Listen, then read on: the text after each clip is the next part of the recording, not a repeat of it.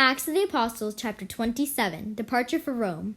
When it was decided that we should sail to Italy, they handed Paul and some other prisoners over to a centurion named Julius, of the cohort of Augusta. We went on board a ship from Adramyttium, bound for ports in the province of Asia, and set sail. Aristarchus and Macedonian from Thessalonica was with us.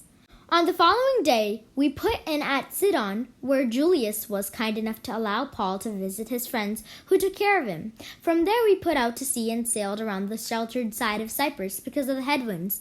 And crossing the open sea of the coast of Cilicia and Pamphylia, we came to Myra and Lycia. Storm and shipwreck.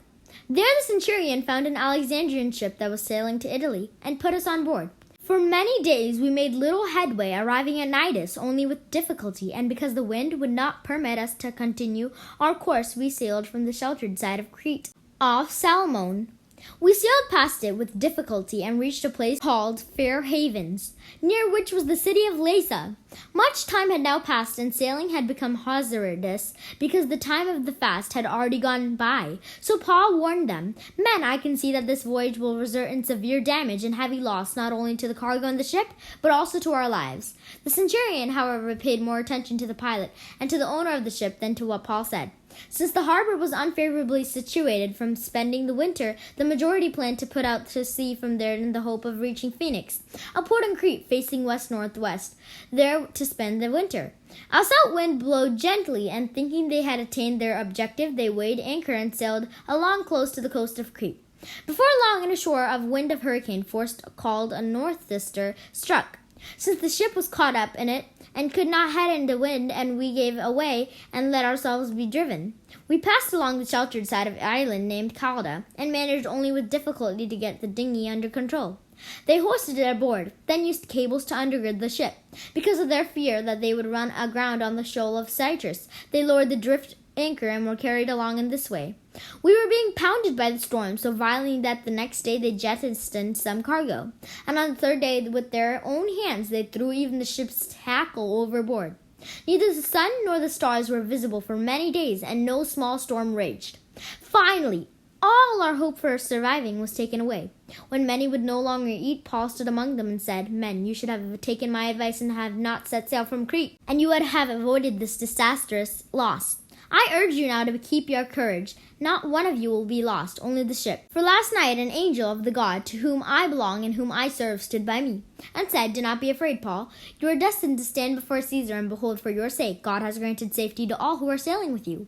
Therefore keep up your courage. Men, I trust in God that it will turn out as I have been told.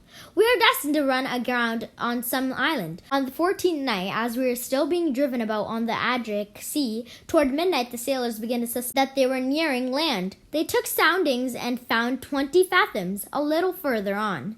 They again took soundings and found 15 fathoms. Fearing that we would run aground on a rocky coast, they dropped 4 anchors from the stern and prayed for day to come.